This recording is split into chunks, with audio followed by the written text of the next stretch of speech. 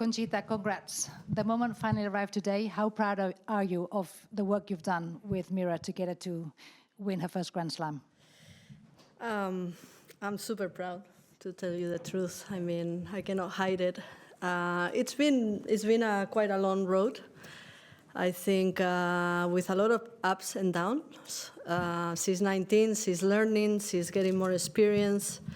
But this Roland-Garros, she was super focused, super behaving super well on court, maintaining her composure, and yeah, I'm super proud of the work and how she was open to listening and to doing everything that is needed to win a Grand Slam.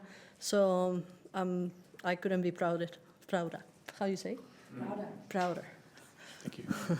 Conchita, congratulations. Mirra mentioned, she referenced on court your final here with Mary. Does this feel like a sort of personal retribution?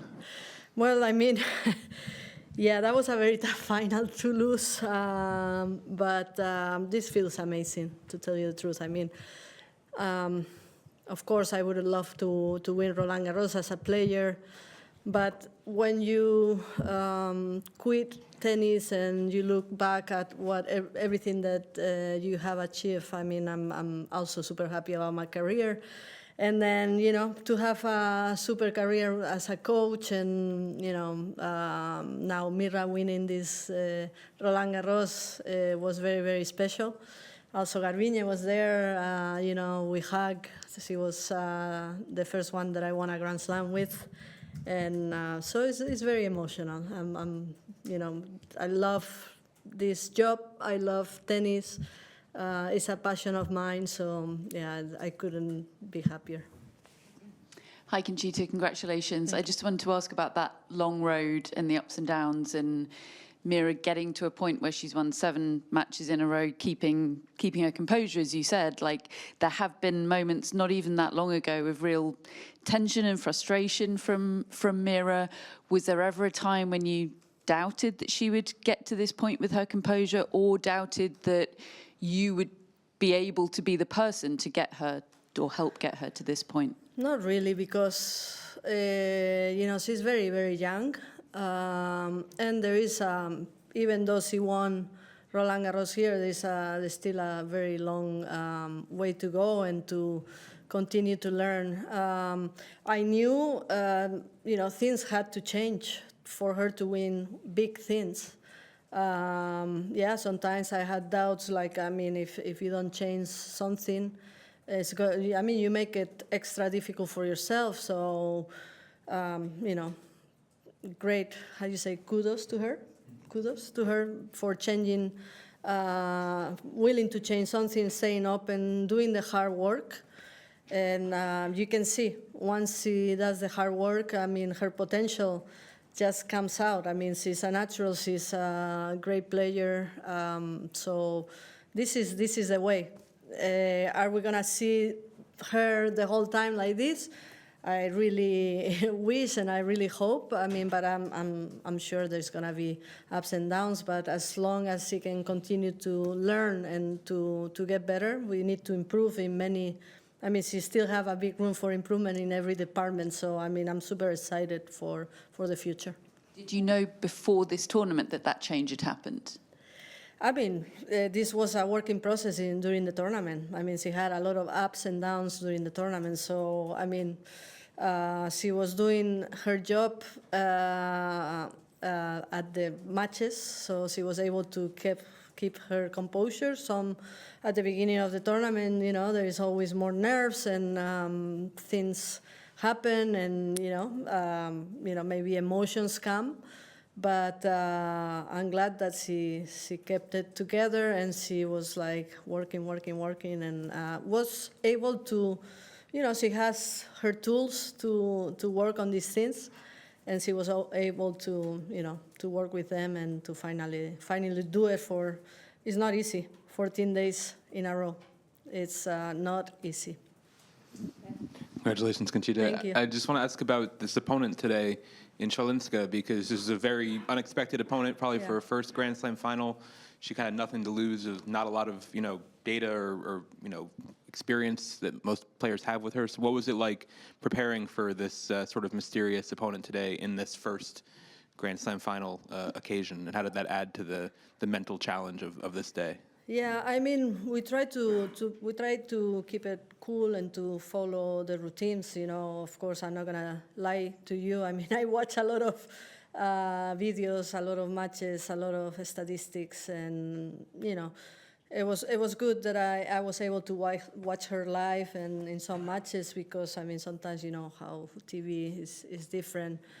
I mean, she's very tricky.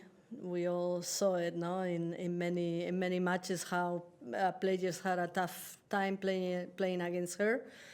It was, you know, it was a combination of being aggressive but staying patient. I think Mirra, after the fourth or fifth game, started to do better, read a little bit better. I mean, I prepared her the best I could. There was a lot of information. Yesterday also for the practice, I think she was maybe a little bit overwhelmed, but I think, you know, it was my job.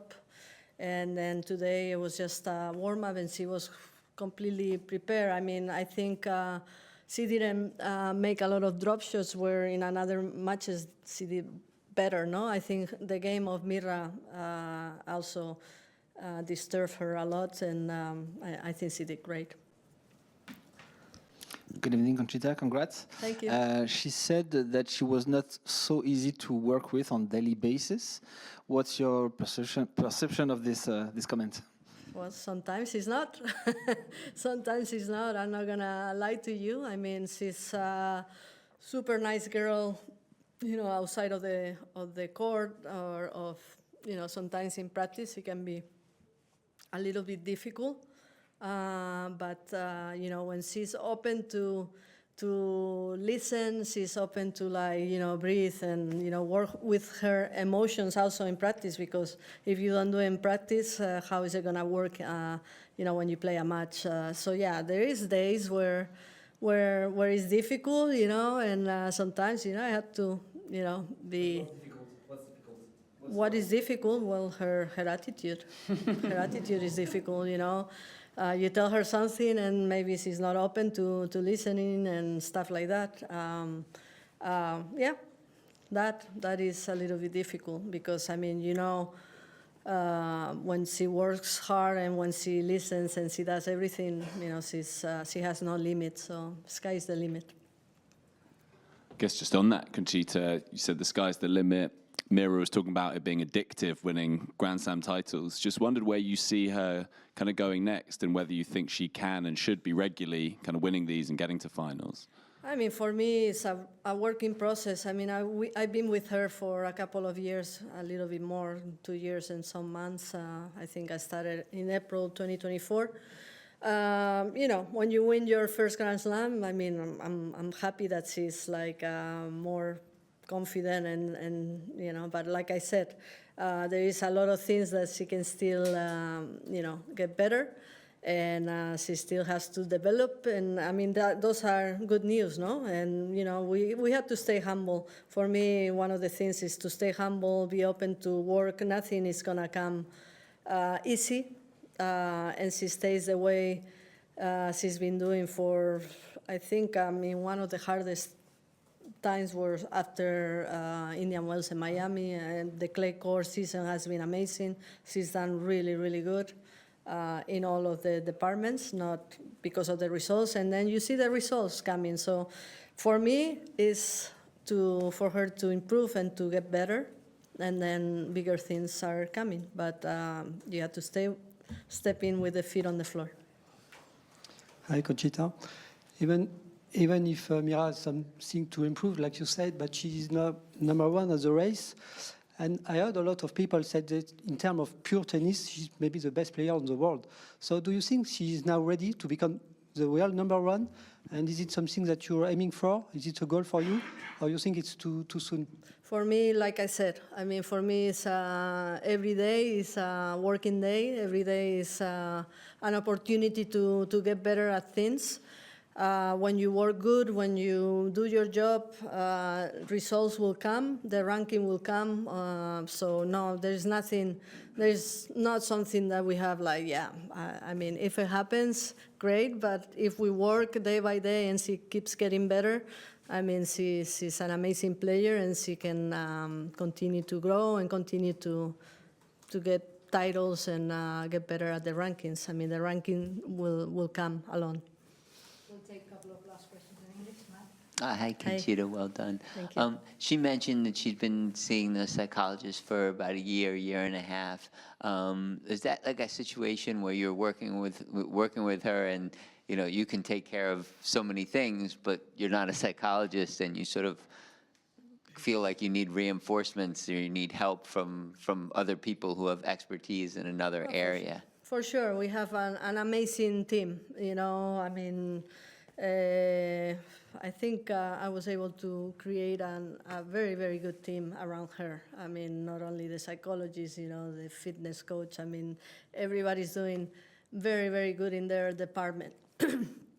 For me, it was very important to work on some things that I was seeing that needed work, and I think it was already in 2024 after Wimbledon, where we had a chat and we were like, okay, this is time to incorporate another person that is going to be very important for you. So I think she started like right before Australian Open 2025, and it was good. It was good, and I hope she doesn't ask me anything. No, you have to do it in Spanish because that was the last question in English. Sorry, español. Hay otra? No way. Hello, I have a question. What is the best thing of working with Mirra Andreeva? The best thing of working with Mirra Andreeva is, we get to play Uno, and I always winning, so that's the best thing when I win, against her in Uno. That's it? Yeah, that's it. Have fun. That's the only thing she said.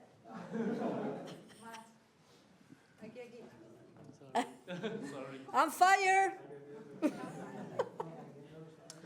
That's a tough act to follow. Am I fired? Fire. Red. Fire. You mentioned that there was a tough moment after Indian Wells and Miami.